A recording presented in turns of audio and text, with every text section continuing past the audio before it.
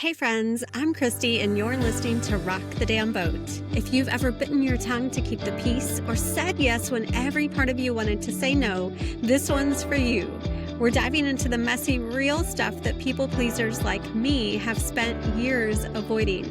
It's time to have the hard conversations, shake things up, and learn to stand tall, even when it makes waves. Before we dive into this week's episode, I want to remind you that there are a few spots remaining on the upcoming Thrive with Christy retreats. We have April 17th through 19th happening in Texas and June 14th through 18th happening just outside Truckee, California. I would love to see you there. You can learn more at thrivewithchristy.com. That's CHRISTY.com/retreats. As we wrap up our series on hormonal health, I'm so excited to welcome Brie Kluytenaar to the show today. She raised her hand to say yes to talk about wellness in the workplace and how we manage these conversations that so many of us want to keep quiet. Brie is the founder of Practicing Wellness. She's a registered yoga teacher, fitness enthusiast, and longtime meditation, mindfulness, and breathwork practitioner. That's what drew me to her for sure, and one of the many things we have in common. She has spent 15 years practicing law, including 6 years at an AmLaw 100 firm. Having navigated her own challenges from anxiety and burnout to pregnancy loss and divorce, she understands the realities of demanding careers and the courage and tenacity it takes to find balance within them. Brie, I am so happy to have you here today. Thank you so much. I'm so excited to be here. Thanks for having me.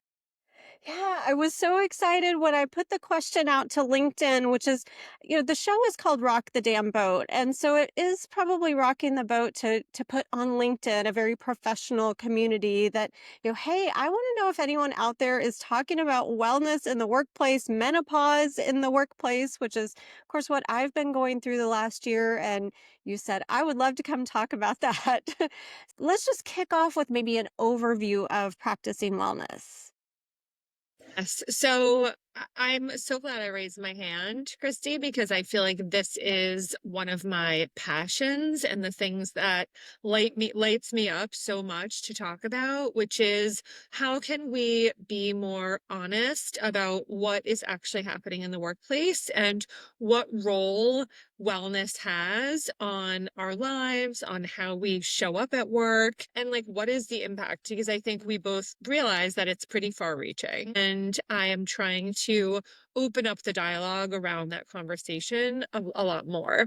Practicing wellness really is based on the idea that wellness is a performance strategy, that it's instead of wellness being something that competes with or takes away from your ability to perform at work, it's actually something that enables it, Mm. right? That when people care about their well-being and are encouraged to prioritize it, that has incredible effects in terms of how people show up in their performance and at work. And I think the flip side is also true, which is when people aren't encouraged or allowed to prioritize their well-being, that has a real tangible effect on people's work, their performance, their ability to show up with energy, clarity, to be engaged and remain engaged over time. And I think we are seeing that now. I think there's an entire trend across the entire landscape of work that is people are burnt out. They're really burnt out. And I think a lot of that comes from this imbalance of, you know, thinking about work as something that requires you to sacrifice your well-being instead of thinking about and designing work in a way where wellness is integrated into it. Yeah. Because at the end of the day, I think you can have both. And that's what I'm trying to promote and encourage with practicing wellness is the idea that you can have both. You can have a demanding, successful career where you're incredibly ambitious and high performing, and you can have time for wellness and prioritize your well-being, and that those two things actually go hand in hand. And we should be designing work to encourage and facilitate that. My mind goes to this idea that we've always had to leave it at the door. That's how I grew up, or probably heard from my parents and the generation before us of like, you just leave it at the door. You don't take it into the workplace. You keep everything professional and personal separate. And that just feels so impossible these days. So if we go back to the early start of your career and you were in a high performance environment. So what was the culture there? Let's not talk about those things. Yes. Absolutely. Yes. I think that's true of many law firms and many companies and industries that are ending high performing workplaces. I think that is exactly what you just said. You put your finger on it. Like there's a mentality of leave it at the door. And I think that is just a relic of the way that work used to function and used to be designed. And it was appropriate perhaps for another time. So I think what we're seeing now is there's been a real cultural shift in the way that work is done for lots of reasons, right? But technology is a huge one. So the way that people are working now and the way that work looks and feels to people is very different than how it was 10, 15, 25 years ago. I think that, leave it at the door is still probably the predominant model of work, but there's more and more tension there now because there is less of a clear delineation between what is work and what is personal. We're now living in a world where, you can work everywhere, anywhere, all the Right. time.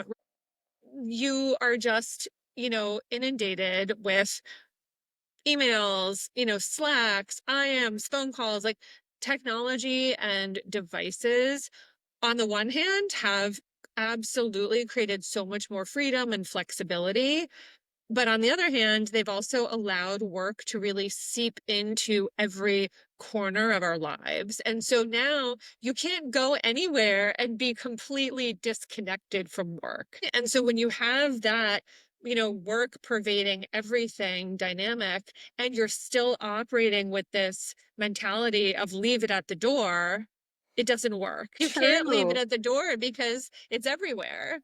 And I think that is certainly what I'm seeing across the board in terms of companies that I work with, friends of mine, peers, community groups that I'm involved with. Like, and I think people are feeling that, crunch.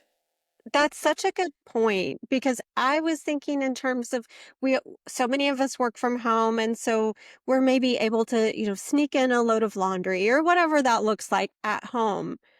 But on the flip side, just like you're saying, it also means that when you're not at home, you're on vacation or wherever you are still reachable. And I I tried really hard at my last company to I talked about boundaries in our culture and I even did a presentation for the whole company and I wondered how well it was received by some people in the company because I was saying, to put your email reminder on of like, I am unreachable until this date. And I understand there's different levels in the company that might require that level of attention. But at the same time, I just think you and I are both on that mission to make it more normal to be able to unplug for days at a time and the world doesn't end.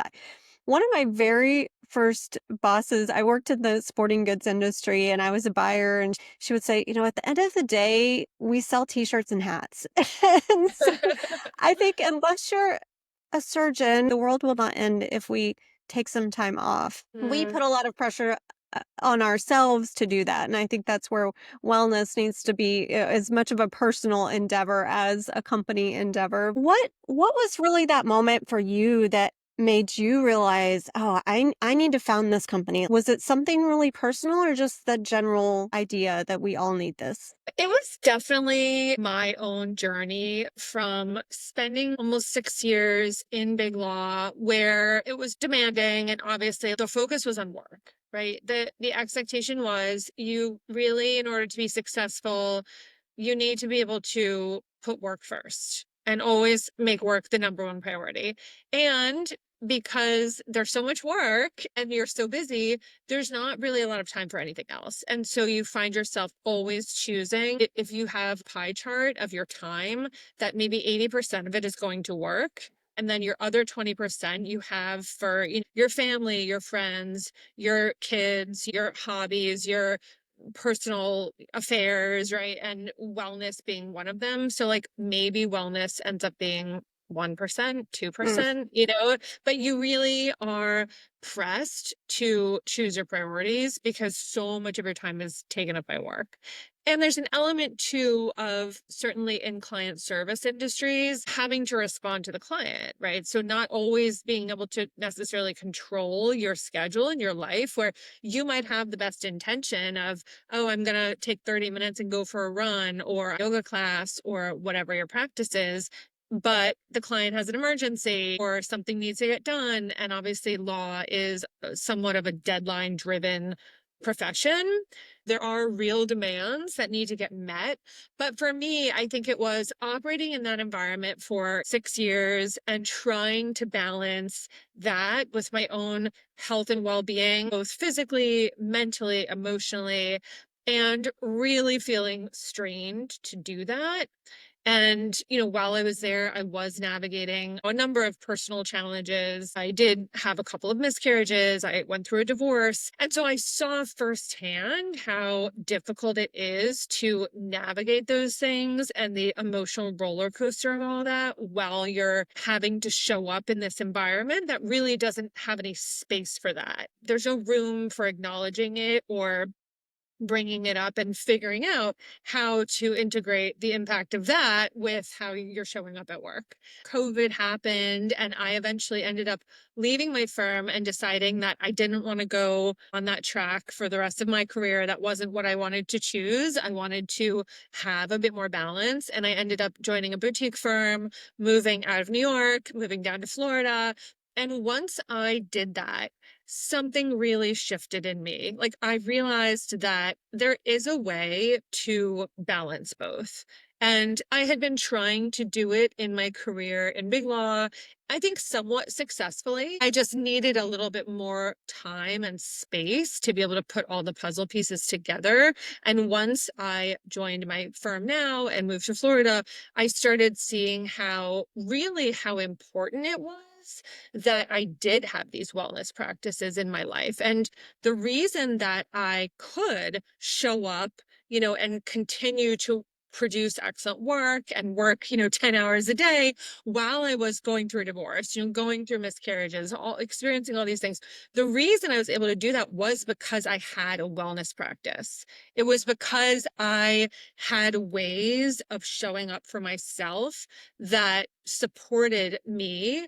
And I think in an ideal world, that would be more integrated into the workplace and woven into work so that it's not just on every individual person to have that and create it for themselves, but that work is actually encouraging that.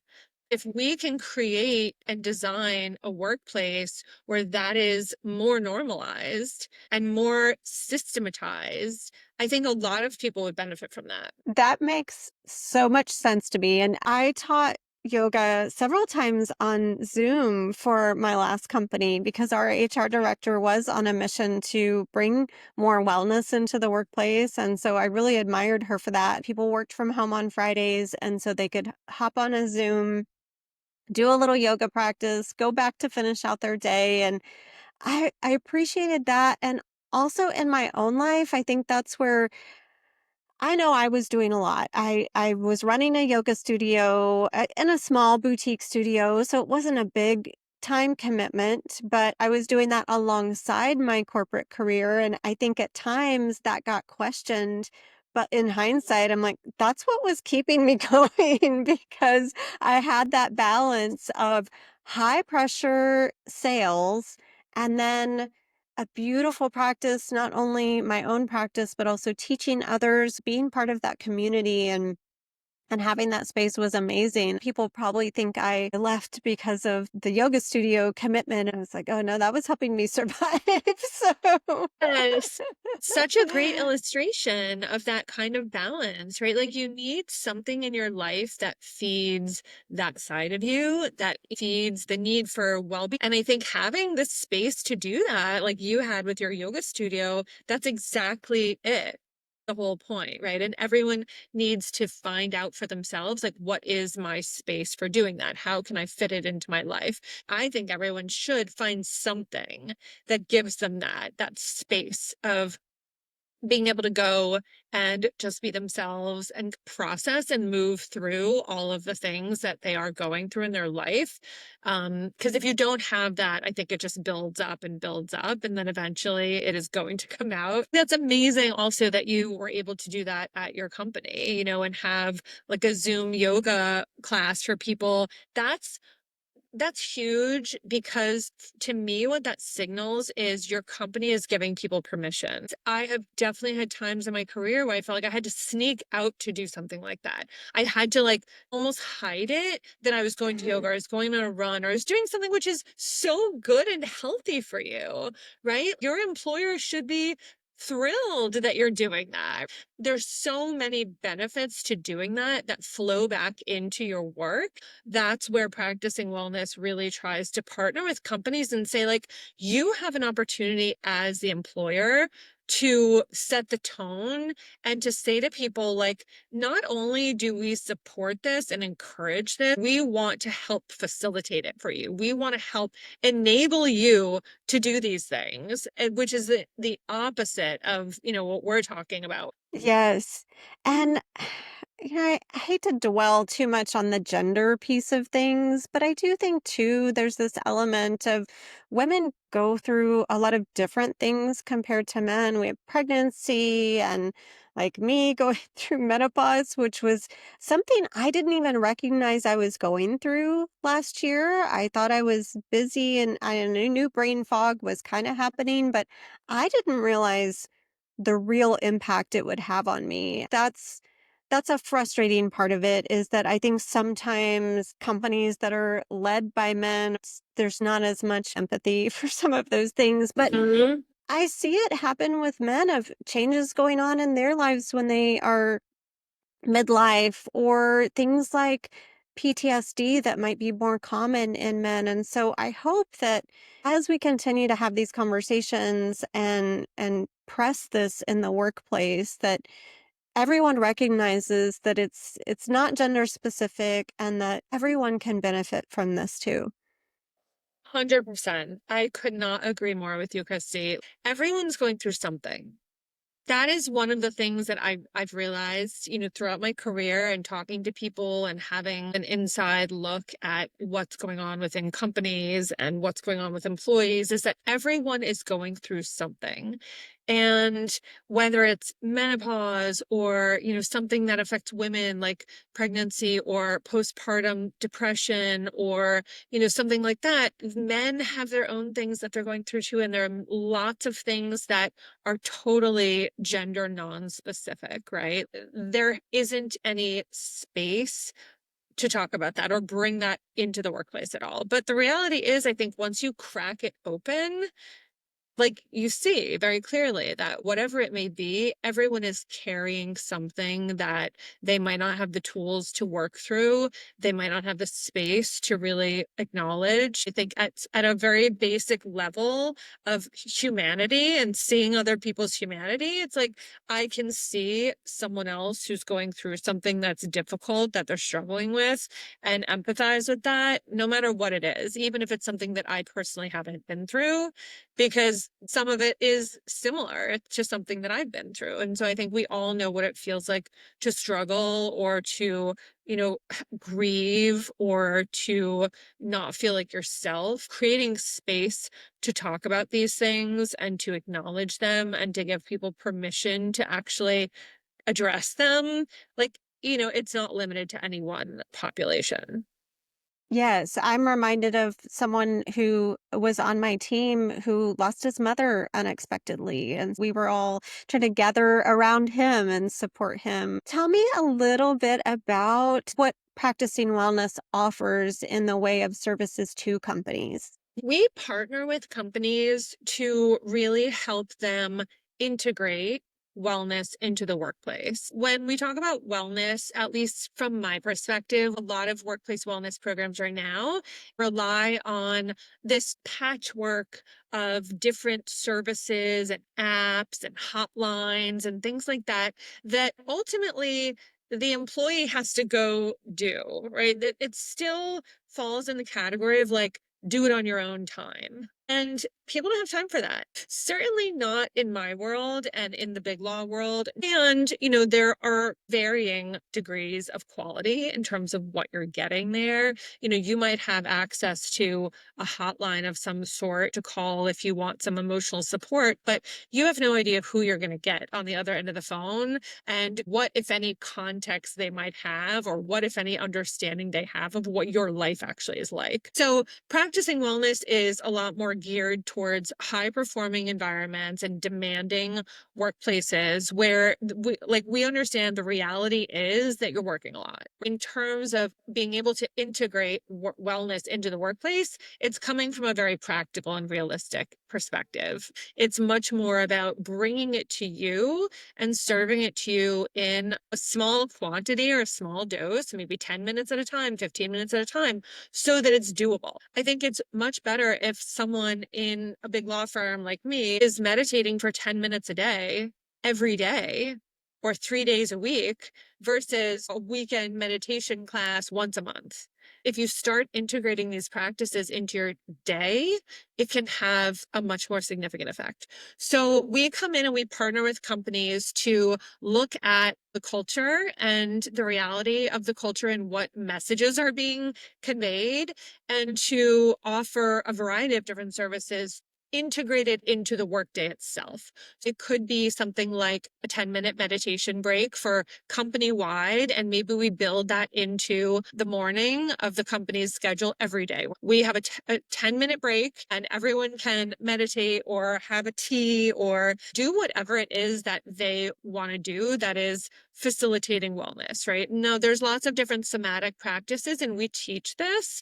There's breathing exercises, there's fascia release exercises that you can do in your office at your desk. There's desk yoga, obviously, there's stretching, dynamic stretching, honestly, weightlifting, which is a fantastic thing to do in the office. If you are working in an office, you can easily have one or two weights in your office. And I love to, get up from my desk or my chair and do 10 minutes of weightlifting. And that's like an incredible dynamic way to move during the day. And it doesn't even require you to leave your office.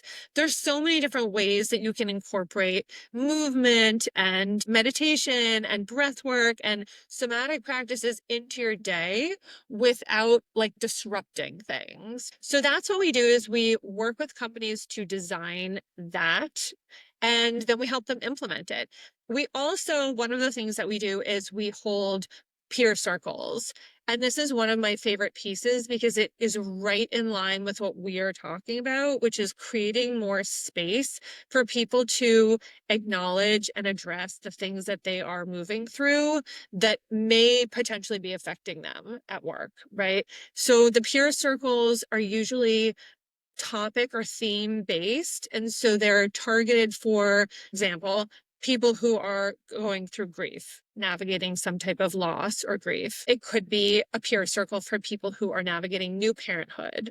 We do peer circles for people who are going through IVF and fertility struggles and pregnancy loss. We do a peer circle for people who are navigating elder care and parental end of life issues. And actually you're making me think like maybe we should do a peer circle for people going through menopause, because that hasn't been something that we've done, but I think there definitely is a growing demand for that and a need for that. And I think it is one of those things that's not talked about, but a reality for so many women. So that is one of the kind of hallmarks of our model. We do offer one-on-one, coaching and mentoring for people where you can have a wellness check-in. You can work with a mentor to develop an individualized wellness plan for you. We also work at the company level to integrate wellness practices into the workday. I think a large part of what's so challenging navigating these things is it can be really isolating and you feel Yes. like you're going through it alone. I know that was certainly my experience when I was navigating pregnancy loss was that I just felt very alone, and I didn't feel like I could talk openly about it. And I think providing that for people can be just a tremendous support. I think that's amazing, and that's definitely an incredibly valuable piece of the package that you offer because you're right, it can feel so isolating. I know for me, headed into the peak of my menopausal journey, I couldn't concentrate, I couldn't focus. I felt like a failure at work, and I couldn't talk to anyone about it because I didn't really understand. I kind of knew what I was going through, but again, I really internalized it and made myself feel like a failure. When you were going through your pregnancy loss journey, what were you internalizing? How did that show up in your work performance? I really had to compartmentalize so much. And I think that was one of the biggest things was that I had this avalanche of emotions on the one hand that was being, generated around all of my, hopes around pregnancy and then the loss and just everything that goes along with that. And that's obviously a very emotional process. And I found myself like really working hard to shut all that off and Mm, completely like shut it off and refocus and having to compartmentalize it and put it aside and like put it in a drawer and shut the drawer and turn to my work. And, I think in some respect that was probably helpful because it created a boundary around it. And maybe it even sort of helped me from like spiraling into a place where I was even more sad. But I think at the same time, there's a balance between doing that and then like never addressing it.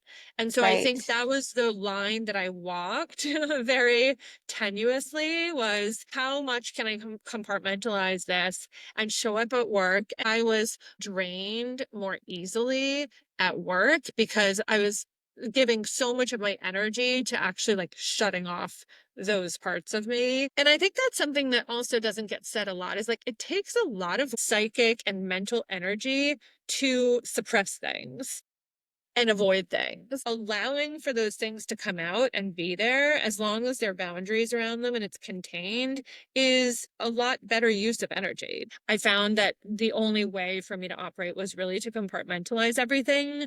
And I would work, and then I would just be exhausted and really drained. And then trying to find time for myself to unplug from work mode and go back into my personal emotional space where I could start to just acknowledge and process the feelings I was having. That makes a lot of sense. Sometimes we throw ourselves into work when we're trying to, like you said, compartmentalize and you want to push away those negative emotions and, stuff them down. But the way you're bringing practicing wellness to the workplace is then those things can coexist. Yes, you want to perform. And as a high achiever, especially, you don't want this incident in your life to affect your work performance, but at the same time, throwing yourself into work and compartmentalizing is not doing yourself any favors. We know from Right. the there's a reason The Body Keeps the Score is such a popular book because we know when we Right. internalize it, it comes out in different ways. There's so much research being done now around like anger and autoimmune in women. And so there's so Yes. much to Yes. that. So what are the success stories like? Like by bringing this and especially those peer groups, what is the outcome that you're seeing and that companies are sharing with you about the shift?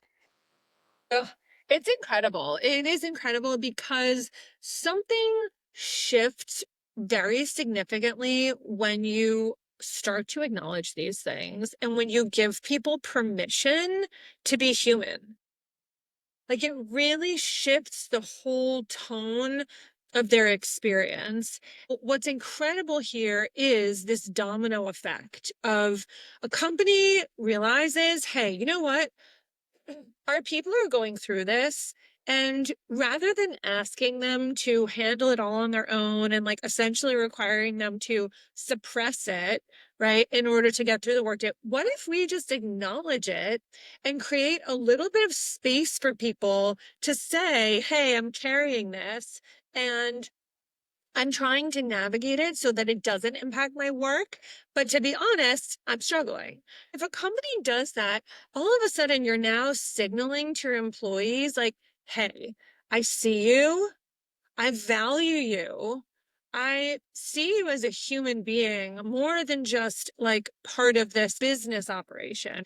And I value your experience and I want you to be well. And I'm going to invest in your well being by helping to provide this space for you. And all of a sudden, now that employee feels like this huge weight off of them and they feel lighter and they feel like supported, they feel seen, they feel heard, and they feel this different, I think, attitude towards their employer because their employer is now genuinely investing in them and their well-being. So that happens, which is incredible.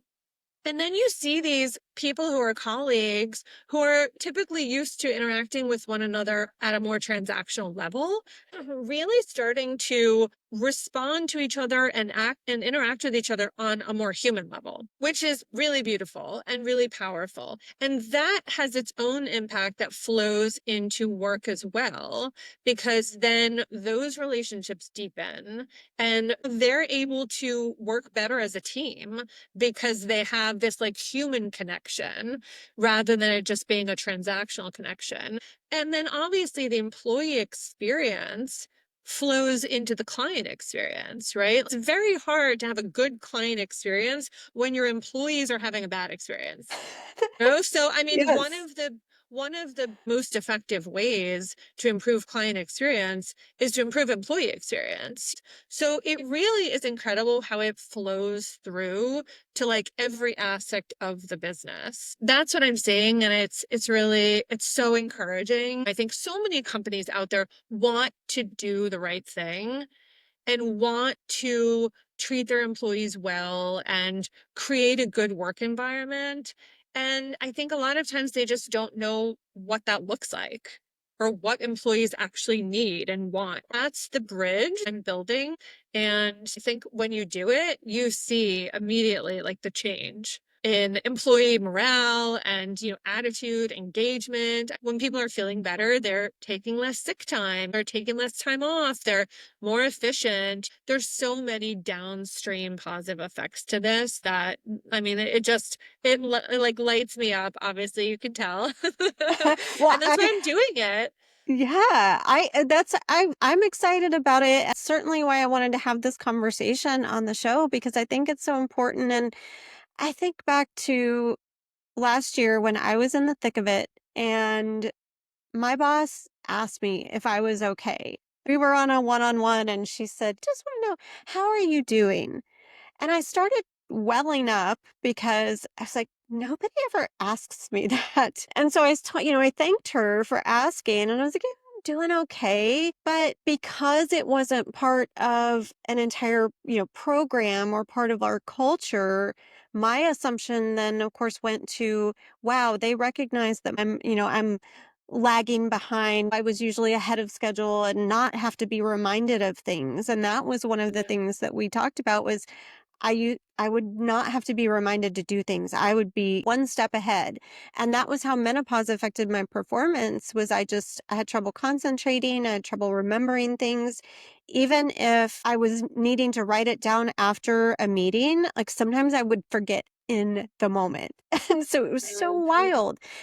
If people can bring this to their company culture and approach it in a way that is not that she wasn't being thoughtful at all, but just in a way that like, hey, here's this question and here are the resources to help you. So that's what I Yes, love that you yes. are bringing. And Yeah, that's what I was going to ask you actually too, from your experience of this, because I know you did, go through this firsthand, is like what do you think would have been more helpful to you and more supportive? Like, is there, a world in which if you had had different support or different questions or conversations with your company, you think you would have felt more comfortable staying? it's so hard to know because I think there was some element of, I'd been in corporate retail for a very long time. I'd never taken a break at all. And now when I talk to people about this, I always say, well, I used to do business with Nike. I used to be a buyer and I would buy from Nike. And they required leadership to take a 5 week sabbatical every 10, like when they hit their 10-year mark. And that's a long time anyway, but just they could not be on email. I don't know if they still have that practice today, but to see, such a large corporation embrace that idea. And I always think, I've been going nonstop since I was 16 years old. And so for me, Oh. I think I needed this break more than I realized. But I also, yes, I think if I had known that that was more of a conversation around like, we're supporting your wellness and it felt more like a corporate standpoint and not that my performance was quote unquote slipping. And they needed to have a discussion with me. I think that's where having that in the culture of, hey, we're supporting you and not singling out something different but I didn't know that. And like I said, my boss could have been coming from the most genuine place of asking and being truly concerned. But when that's not part of the culture, then you're not sure. And so I think being able Mm-hmm. to say, we are going to support every area of your life, whether it's like all of the things that you mentioned, grief, IVF, everything that goes along with pregnancy can be just so disruptive to our lives and our nervous systems. And gosh, and we didn't even like scratch the surface on yoga and all the things that we love, but I think that Oh, I know, I know. that's where I do love and appreciate that my company was bringing that to the workplace. They were making small steps towards what you were trying to create Yeah. in Yeah, well, businesses. like I think that I mean, and like I said, I think that's like a wonderful signal to be sending to people. Like, we want you to do this. So here we're offering it to you because we support it. Because I do think so many companies want to do the right thing but don't know how. But I also I Yeah. hear what you're saying around when the conversation is just happening on a one-on-one basis and individually, it can sometimes feel like an accusation or like an indictment as opposed to like real genuine support when it's not coupled with any type of follow through or resources or like structured support. And Yes. it's wild to me that, like, a lot of companies, at least in the legal field, right, there's very generous benefits. And I'm talking about like, more financial benefits. There's generous parental leave, what legal and a lot of sort of more, corporate companies offer a lot of parental leave now. But there's nothing around navigating new parenthood. So people go and they have kids and they come back to work and it's kind of like, okay, figure it out for yourself. We're totally neglecting this other component of the process, which is not financial, right? People don't necessarily need the financial support only.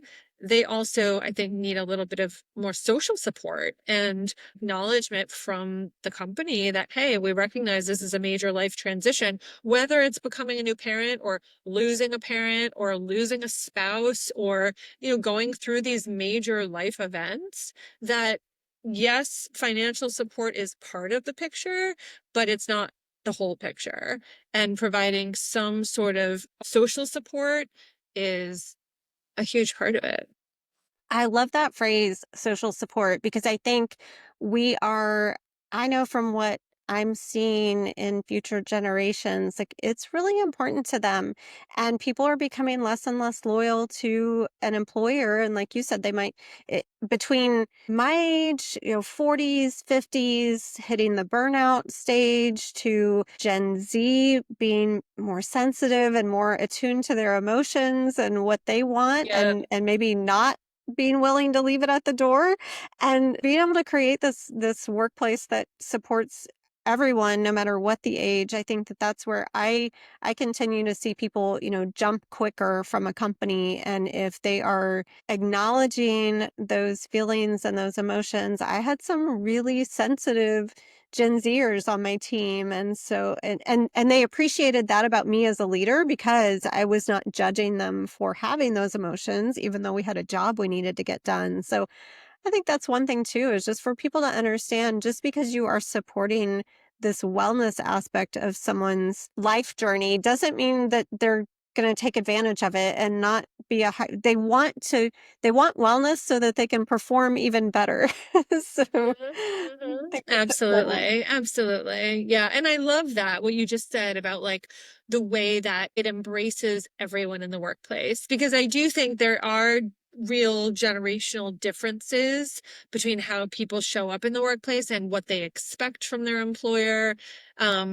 And that is becoming, I think, clearer and clearer as more of Gen Z moves into the workplace. And I love how you framed it as like, this is something that can support everyone, Yeah. even people with different needs. And I think that's absolutely right. And yes, at the end of the day, again, like it's not either or, right? It's not wellness in place of performance. It's both. Obviously, you're running a business, you have to be performing. That's a very necessary part of the equation. And this isn't about replacing one with the other. It's about embracing both and understanding how they can complement one another. Absolutely. I cannot believe that we have been at this right now, and we're gonna have to have you on just to have a whole conversation about yoga because This always I happens. I know. We could wanna keep talking for a couple more hours, I'm I sure. know. Oh, well, I'm thrilled that you brought this topic to the show. I wanna make sure that people know where to find you. So where's the best place to Yes, find thank you? you. So, practicingwellness.com is the website. I also have an Instagram, Practicing Wellness, and you can find me on LinkedIn, Brie Kluytenaar, or Practicing Wellness. Thank you so much, Christy, for having me in this wonderful conversation. I so appreciate your perspective and Yeah. you creating space, like you're doing it. You're creating space for these conversations. Well, I'm loving it. I feel like I'm just facilitating the conversation, but all these amazing women come on the show and share their stories. Now, I do always like to close the show by asking people who their boat rocking role model is. I love this. Such a good question. So I have many, but I think if I had to choose one, we're going to go Georgia O'Keeffe. She Okay, was I love just it. like so ahead of her time. Like she just was so authentically herself. She lived her own life on her own terms. She was not afraid to be herself. And she obviously had this incredible artistic vision. She also had beautiful homes, which I don't know if you've heard of, but they're preserved as like historic sites. She had an incredible garden. She just had such a unique way of living. And I love that she was just authentically herself and, obviously created a lot of beauty that the world now can enjoy and participate in. She is a great choice and so relevant because if anyone is watching Pluribus on Apple TV, I love how she goes and takes a real authentic Georgia O'Keeffe painting off the wall and puts it in her house because it's like the apocalypse and there's no rules. So Gosh, amazing. hopefully that introduces a whole new generation to Georgia O'Keeffe. But Yes, wonderful absolutely. choice. I will put all the links to find you in the show notes. And I'm so grateful that you came today. And I'm grateful to everyone who listened. Thanks so much, Christy. You've been listening to Rock the Damn Boat, a podcast produced and recorded by Christy Hughes. You can follow, subscribe, subscribe on both Apple and Spotify, and your 5-star review goes a long way. Thank you so much for your support of the show.